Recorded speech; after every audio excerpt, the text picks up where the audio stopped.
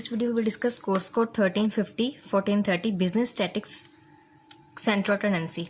Central tendency होता क्या है? ऐसा पॉइंट, किसी भी डेटा का ऐसा पॉइंट या कोई डेटा जो फिर पूरे डेटा को, जिसमें मुकम्मल मालूमात मौजूद है, उस डेटा को रिप्रेजेंट करे या इनके दरमियान रुझान को बताए, इसे बोलते हैं सेंट्रल टेंडेंसी। सेंट्रल टेंडेंसी की 3 टाइप्स होती हैं, जिनमें एक है मीन, दूसरी मीडियन और लास्ट में होती है मोड। मीन की फर्दर कुछ टाइप्स होती हैं, जिसमें शामिल है arithmetic mean, weighted mean, geometric mean और हार्मोनिक मीन। सबसे पहले हम डिस्कस कर लेते हैं arithmetic mean. The mean in the arithmetic average of all observation in the data. Data में जितनी भी ऑब्जर्वेशन मौजूद है, अर्थमेटिक मीन उसका एवरेज होता है, यानी कि उसका औसत, उसका दरमियान। अब अर्थमेटिक मीन मालूम करने के हमारे पास 4 फार्मूले आते हैं। एक आता है अनग्रुप डेटा से। अनग्रुप डेटा ऐसा डेटा होता है जिसमें फ्रीक्वेंसी नहीं होती हमारे पास।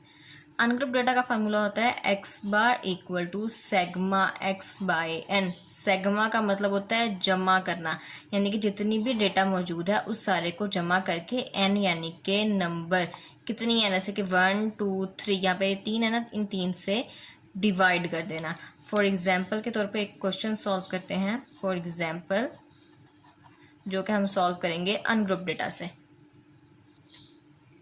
फॉर एग्जाम्पल हमारे पास x की एक वैल्यू और हमने इसका मीन निकालना है। अब देखें, इसमें सिर्फ x दिया गया है, हमारे पास कोई फ्रीक्वेंसी जैसी चीज़ नहीं है, तो हमने इसमें अनग्रुप डेटा से इसको सॉल्व करना है। सबसे पहले लिखेंगे x बार। अर्थमेटिक मीन को x बार से डिनोट करते हैं, बेशक जो सा मर्जी आप फार्मूला यूज़ करें, लेकिन लगाना है x बार। उसके बाद सेग्मा एक्स का मतलब होता है x की सारी वैल्यूज़ को ऐड करके नंबर्स पे डिवाइड करना।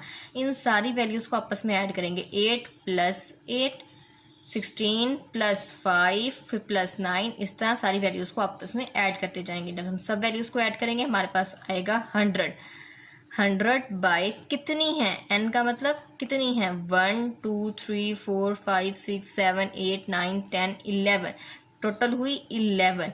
इन दोनों को आपस में डिवाइड कर देंगे, हमारे पास आएगा 9.09, जो कि इस पूरा डेटा का एवरेज है।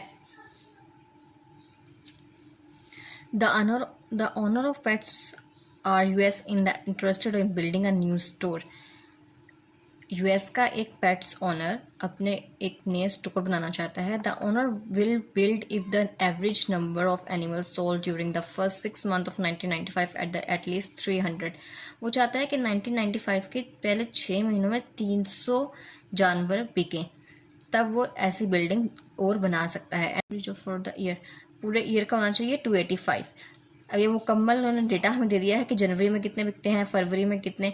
अब इसका औसत एवरेज हमने निकालना है। अब मैंने आपको पहले बताया कि अगर हमारे पास सिर्फ x दिया हो, मतलब तादाद दी गई हो, फ्रीक्वेंसी ना हो, तो हमने अनग्रुप डेटा को यूज़ करना है।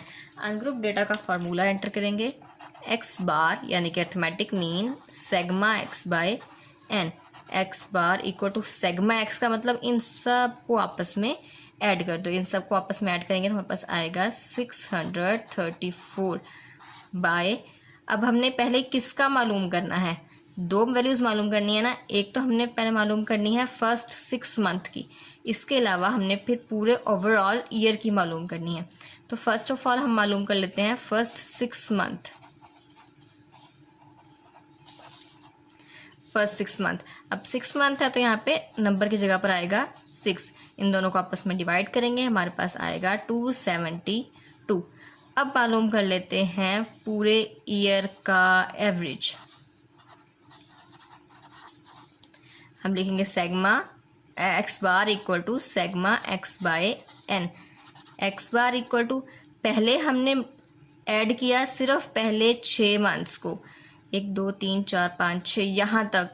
अब हमने इसी में ये बाकी सारे भी ऐड करने हैं, यानी कि 1634 में बाकी जो तादाद है हमने वो भी ऐड करनी है। हमारे पास आएगा 3627 बाय नंबर। कितने नंबर, पहले 6 महीने थे, 6 महीने और ऐड हो गए, ये हो गए 12। इक्वल टू, इन्हें आपस में डिवाइड करेंगे, हमारे पास होगा 302। अब क्या शर्त है कि 6 मंथ का 300 होना चाहिए, जो कि नहीं है। और अब दूसरी क्या शर्त है कि पूरे ओवरऑल साल का जो एवरेज है वो 285 होना चाहिए, वो 302 है, यानी कि उसकी दूसरी शर्त जो है वो पूरी हो रही है। हम यहाँ पे लिख सकते हैं yes the average is at least 285। अब अनग्रुप डेटा का फॉर्मूला तो होगा क्लियर। अब अगला जो हमारे पास डेटा आता है वो है ग्रुप डेटा। ग्रुप डेटा में फ्रीक्वेंसी होती है, ये इसकी निशानी होती है। अब इसको मालूम करने के लिए x bar equal to sigma f x by sigma f. F का मतलब होता है फ्रीक्वेंसी, एफ एक्स का मतलब होता है कि x की जो सारी तादाद थी और एफ की जो सारी तादाद थी, इन्हें आपस में मल्टीप्लाई करके फिर जमा किया जाए। ठीक है, इसके एग्जांपल्स कर लेते हैं। For examples